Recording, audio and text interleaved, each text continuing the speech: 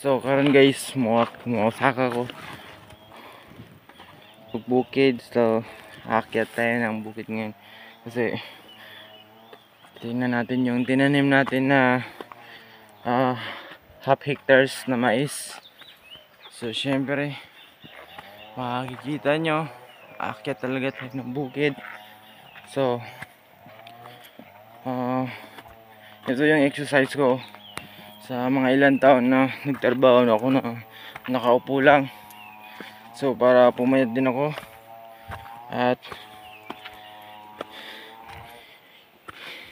sa susunod na upuan sa trabaho o sa work sa IT, syempre, pero still nag-accommodate pa rin tayo sa web Kingston, sa marketing, sa SEO, sa logo design, sa commercial video, sa content, sa infographic, sa mga banners, syempre sa security measure ng mga website, mga company. Ayan. So kailangan nyo talagang mag-exercise. So dito meron lang mga tao dito na nagpagamit sa kanilang mga lupain para malinisan or linis na. Isa lang gagawin mo is taniman mo ng mais or mga gulay. So makikita nyo gubat yan. Yan, Sambuanga talaga to, hindi ako nagjo-joke. So yun guys, papansin nyo itong dinadaanan ko is daanan to ng kalabaw. So tinatawag nila na balsa, yung na may karga. Ayan o, lalim, malalim na yung daan dito kasi dahil sa haba ng panahon. Ayan, so maririnig nyo ang mga klaseng tunog ng mga ibon. So, siyempre hindi natin sila makikita kasi nasa itaas ng puno. So mapapansin nyo pawis ko. So hindi na ganun kabilog yung mukha natin, alamid na rin yung tiyan natin.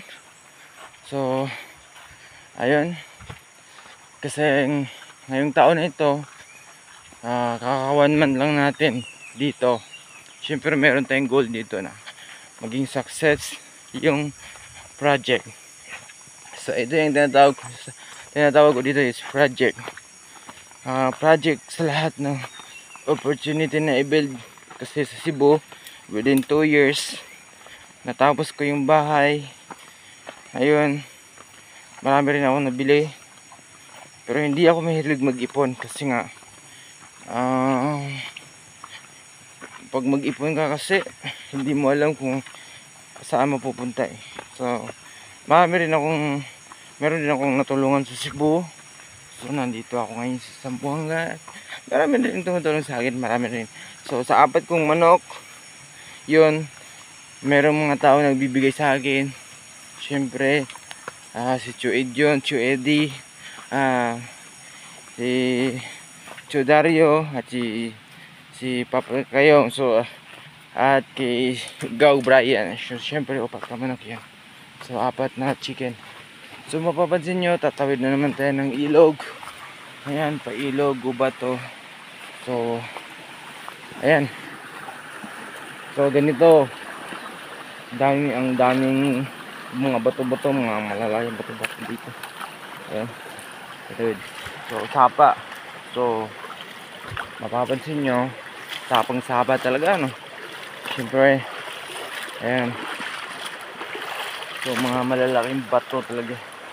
So meron naman dito mga gold, so mga nugget gold at mga nickel, bronze sa sapa. Pero syempre hindi natin sila pwedeng pakialaman kasi hindi naman natin to dapat galawin to, kasi hindi naman tayo marunong paano kukunin. Ayan, so makikita nyo yung pawis ko, lalaki. So pinapakita ko lang sa inyo kung ano yung lifestyle ko dito. Pero marami nagsasabi dito na mahirap talaga ang buhay sa bukid kasi syempre pera ang pag-uusapan eh. Pero para sa akin, pag nandun ka sa syudad, merong pera syempre, oo, pero ma-aware rin sa health insurance at sa pang-hospital mo, kasi nga mahina na yung puso mo, mahina na yung resistensya mo. So makikita niyo yung bundok, ayan, bundok yan sa dulo, mga kahoy. So marami dito mga kanyugan, napansin nyo mga nyug dito sa kabila. Oh, dami nyug dito sa kabila, wala pa kasi tataniman dito. Yun, so mapapagod ka talaga kasi wala pa tayo sa dulo. Mamaya ipapakita ko sa inyo kung gaano kaganda, gaano kalawak yung tinaniman natin ng mais. So titingnan natin ngayon kung gaano lang sila kalaki, kasi hindi ko binlog yung paano pagtanim kasi ayoko na maalala nyo yung mga nakaranasan nyo na nagtanim. Siyempre lumaki ako sa bukid noon sa side sa lola ko, so marunong akong magtanim ng mais. Marami nagsasabi ba't ko ginagawa to? Siyempre exercise, siyempre project. So ito yung project ko. Pag matapos ko to sa loob ng 2 taon o 3 taon, dun may improvement talaga. So legendary na naman yung magagawa ang accomplishment natin. So yun, sapa na naman oh. Ayan, so maliit na sapa. So pangatlong sapa na ito. Pangatlong sapa na ito. So puro mga nyug nandito. Maraming mga nyug nandito kasi ang hanap buhay ng mga tao dito is farm, kapag farm ng mga nyug. So yun lang ang makikita natin. Ayan. So meron mga malalaking ahas dito. Mga malalaking ahas dito may tahid at tumitilaw yung mga python pag malalaki na. So syempre mag-iingat tayo. Yun, gubat talaga no? Ayan o. Ayan, pag gabi dito sobrang dilim. Sobrang dilim talaga dito. Tapos nilalakaran niya, ganito ang nilalakaran niya, maputik. So kaya niyo itong gawin araw-araw? So sa tingin ko hindi siguro, pero sa akin okay lang kasi sanay naman ako nito nung bata ako. Ayan, sanay naman ito. Pagkatapos mayroong konting tubig dito, pero malinis to. Linisan natin yung paa natin. Ayan, malinis na. So malinis yung tubig dito. Ayan, meron pang mga isda. Ayan, hindi katulad sa syudad, daming basura. Dito ang basura dito mga tuyong dahon. So ito yung pinaka the best na araw-araw ka aakyat ng bukid. Yan. So may mga halaman dito na makakain. Ito tinatawag ng pako. Ay, masarap daw to adobohin. So organic yung kinakain natin, organic. So malay nyo, mga ilang mga buwan magka-abs na ako.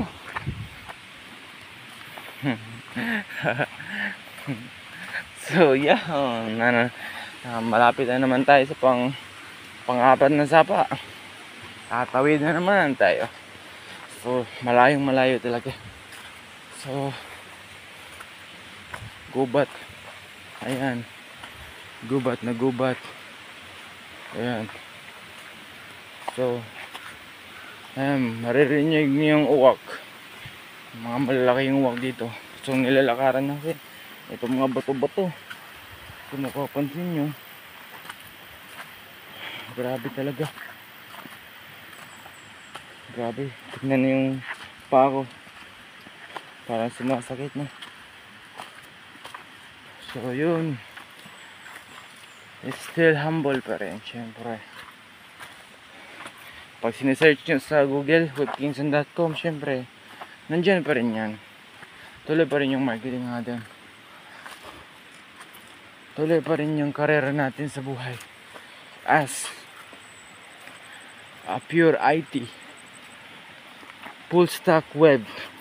So yun. Hindi masasayang yung skills natin. Kasi marami pa naman taon eh. Ito, experience at poem na rin at history. So papakita ko sa inyo kung gaano kalalaki yung mga punong kahoy dito. Ito yung first na walang masyado nakakapasok dito. Ilan lang nakakapasok dito kung hindi mga relatives or mga kakilala na malalapit. Kasi tingnan nyo yan, diba? Kung makikita nyo, gubat na gubat, malalaki ang mga bato. At dito makikita nyo, tatawid ka sa ilog na malinaw. At mag-ingat din kayo kasi meron din mga tinik dito. So nakikita nyo mga tinik-tinik na yan. Naku, masakit pa sa karayom yan. Ayun. Siyempre, ito na. Ito na sinasabi ko, mga malalaking kahoy na sa likod ko. Ayan. So makikita nyo yung napakan ko. As in, gubat na gubat. Tingnan nyo. Mga malalaking kahoy. Gubat na gubat talaga. So kaya nyo yan sa araw-araw sa exercise? Syempre hindi. Kasi ito yung pinakamahirap sa lahat. Paano kung merong makamandag na ahas dito? Makagat tayo. Walang anti-venom dito. Malayong malayo sa syudad. Yan. Diba? Mother na mother nature. So ito yung, kung gusto nyo manood ng podcast vlog ko at mag-member sa vlog na meron ako, syempre ito yun. Ayan o, parang pelikula ano, kung gano'ng kalinaw yung camera natin, gano'ng kalinaw yung documentary natin, malinaw na malinaw. So mapapansin yung malalaking kahoy yun, diba? Sobrang laki. So yan, yan yung sapa. O maragasaing sapa. So ito yung halaman na namumulaklak ng malaki, kaso nawala na. Grabe oh. Makikita nyo yan.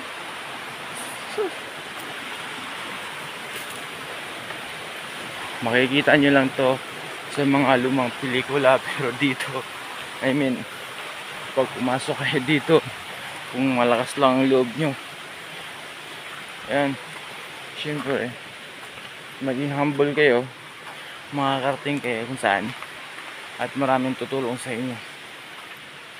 Ayan. Ngayon ko lang to binlog kasi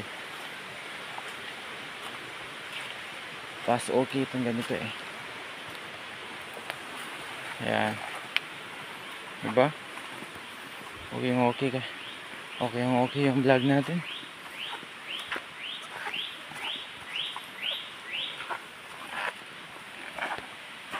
Yun.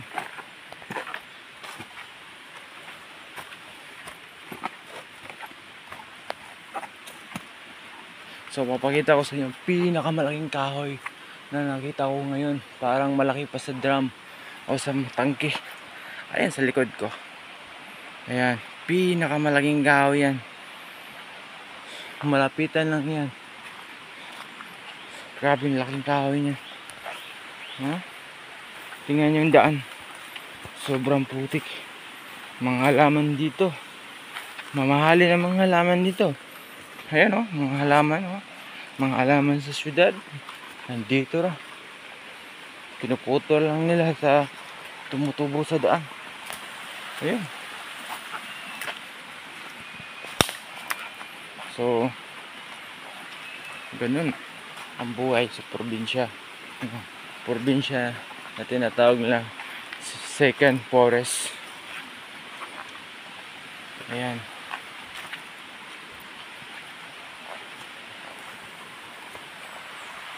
Sabi mo.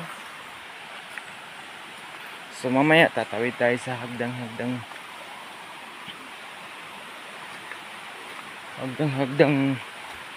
bato-bato sa sapa. Yung pinakita ko sa inyo. Ano? Makikita nyo? Ang linaw, no? At saka mga malalaking kahoy nandito. Oh, ito. Pinuto ng kahoy. Nakagulat pa ako. Ayan. May butas. Ayan. Grabe. Documented talaga.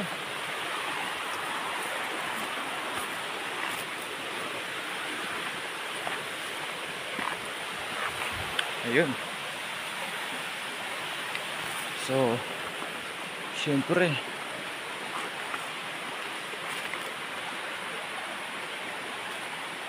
ayun, may mga halaman dito. Halamang gubat, marami. So, marami na rin taong dumadaan dito.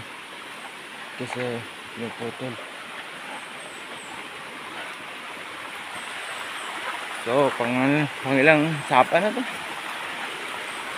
Panglimang sapa. Panglimang sapa na naman. Yun. Tingnan yung mga bato na yan. Malaki, diba? Ayan. Pero dito tayo dadaan sa may tubig kasi bako-bako yung bato, baka ma-slide tayo. Ayan. So dito na ako dadaan sa baba. Ayan. Diba? History. Bagong history na naman.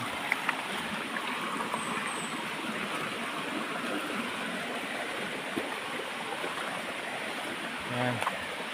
So makikita kayong halaman dito na tinik-tinik. Kaya nasa likod ko lang. Hirap ng daan dito. So as in, may explore mo talaga yung daan.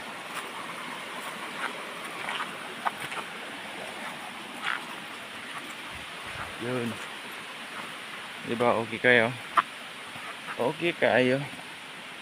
So, pinakamalaking bato na nakita ko rin. Ito.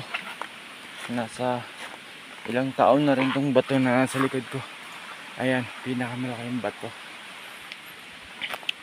So, dito ang mga tao dito nagtatanim ng mga maraming nyog. Siyempre kasi sa loob ng 2 taon 3 taon umumunga na at yun yung hanap buhay nila sa mga bundok-bundok. Malaking mga bundok, puro nyoga na dahil agriculture. Sa pagdami ng tao kailangan din maraming mga nyug kasi gagawin tong oil, coconut oil. Yan, malaking bundok, puro mga malilit na nyugan to. So mga 25 minutes or 30 minutes marating na natin yung maisan natin o yung tinaniman natin. So ngayon, syempre lalakad tayo ng mahaba-habang lakaran. Ayan, mga bato-bato. Tingnan yung pao. So may exercise talaga yung mga taba-taba sa paa mo at sa mga goats. Ayun, mga malilit na nyug, di ba? Yung iba may bunga, yung ibang wala. Syempre. Ayan. Pang ilang punas ko na to sa mukha ko. Ang dami na. Kailangan may baon ko talagang pamunas dito sa mukha mo kasi pawis mo lang. Papayat ka talaga. Pero hindi ka papayat na parang buto-buto. Papayat ka na normal lang pagpayat. Dahil ang pagkain dito mais. Nasa sa'yo kung gusto mo kumain ng commercial rice. Ayan. Meron din nakatira dito. May mga bahay rin dito. Kaso malalayo.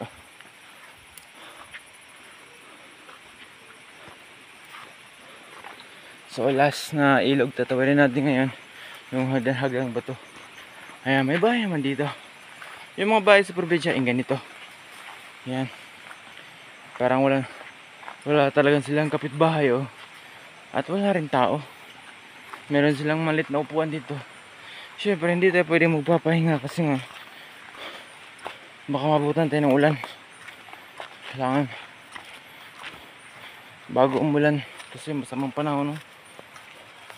Walang araw. Pero masukit to kasi hindi masyado pagod. Yan. So makikita sa mga vlog ko puro na lang mga simple lang. So ito documentary talaga na makikita nyo yung paligid natin. Makikita nyo yung as in wala kang maririnig kundi kaluskos ng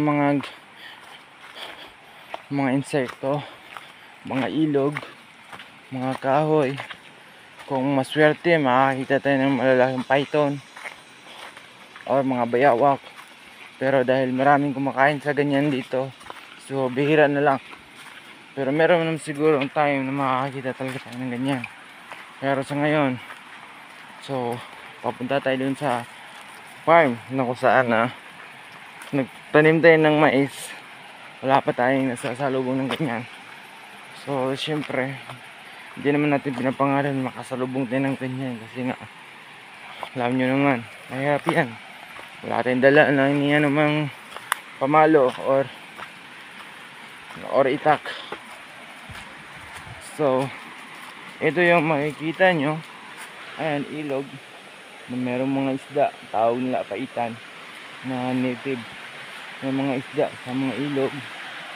Ayan. So ipapasilip ko sa inyo yung mga bato-batong hagdan-hagdan na tatawirin natin. Siyempre pag malaking baha dito hindi ko talaga makakatawid kasi malaking ilog eh. Meron ding nangangagat dito mga langgam. Ayan. So makikita nyo last na to natatawirin natin. Last na to okay. Ayan. So mga hagdan-hagdan ng bato-bato. Ayan. Hanggang doon yan tatawid tayo kasi ito yung secret natin na tatawirin. Ayan. Wow. Wala nang ibang daan, dito lang. Pag lumakas ang tubig di talaga tayo makakatawid sa kabila. Di tayo makakawi kasi malakas yung hambalos ng tubig. So ayan, simple lang. Ayan, simple lang. Ayan. Ang daan doon pa sa dulo yung daan. Parang Yamashita itong lugar na ito. Kasi sikretong-sikreto talaga. Di basta-basta. Ito yung daan na posibleng maligaw ka. Yung first time ka. Ayan. So hindi naman masyadong madulas sa ganito kasi wala namang tubig, wala namang lumot. Ayan. So pero ingat ka pa rin sa mga nilalakaran. Posible ka madulas, mauntog.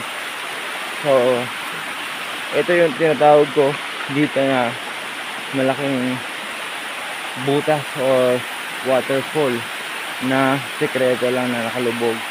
Ayan o, sobrang lalim nito. may mga isda nakatira dito. Ayan, may mga isda, mga papaitan. Pero wala ba akong nakita isda dito na malaking malaki. Ayan, merong ilan lang mga native na isda. So ayan, so kung lalabas ka sa boundary mo, lalabas ka sa upuan mo, sa opisina mo, pwede kang makakita ng ganito. Pwede mo ma-explore yung buhay mo at hindi ka mahirapan, di ba? O yan, malapitan. Yan, malapitan. Pero hindi tayo pwede maliligo dyan kasi delikado yan. Pag ganyan, kumukuha ng tao yan. Pag kumukuha ng tao yan, patay. So itong daan na ito, papunta na ito sa farm natin na pinagtatanuman natin ng mais. Yung farm na yon ay pinagamit sa atin para pagtaniman ng mais. So ganito kahirap ang daan, gubat, asing hindi patag. Ayan, akit ka talaga sa bundok.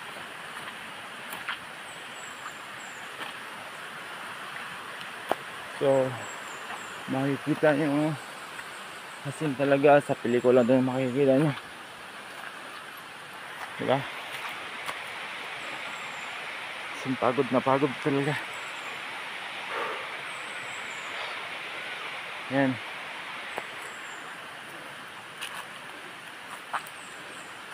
sa dulo nito, doon natin makikita kung tumubo na ba yung mga mais natin na tinanim natin na upat kagantang or 4 na galon na similyang mais or butil ng mais. Ayan, so walang pollution, presko. Pero dadaan pa rin kayo sa butas ng Karayan pag pumunta ka sa iba-ibang lugar. Dapat marunong kayo makisama, marunong kayong gumalang, at kailangan ibaba nyo ang sarili, ibaba nyo yung attitude nyo. Kung gusto nyo humawak ng lupa, kailangan nyo humawak kayo ng lupa, kasi paggalang yan sa mga kabilang nayon, kabilang lugar. So mapapansin yung mga kahoy dito, asin talaga walang nagpuputo ng kahoy dito. Pinaproteksyonan talaga ito ng government. So ang ganda-ganda ng nalalakaran natin. Itong daan natin, dinadaanan natin, ginawa talaga to kasi kung mapapansin nyo, bangin, asing bangin na bangin, maturik na bangin. Ayan, pasadong pasado sa dokumentary natin to. 30 minutes, diba? Ang ganda. So ang layo ng sapa, siguro mga 40 meters dito sa daan. So sa dulo niyan, nandun na yung farm, malawak na malawak. So nakakapagod lang,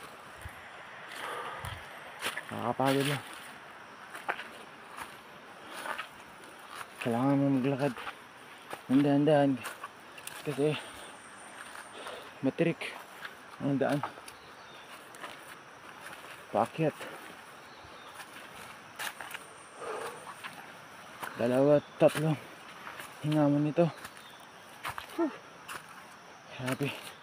So mapapansin nyo sa paa ko, pumayat na yung paa ko sa ilang taon na nakaupo.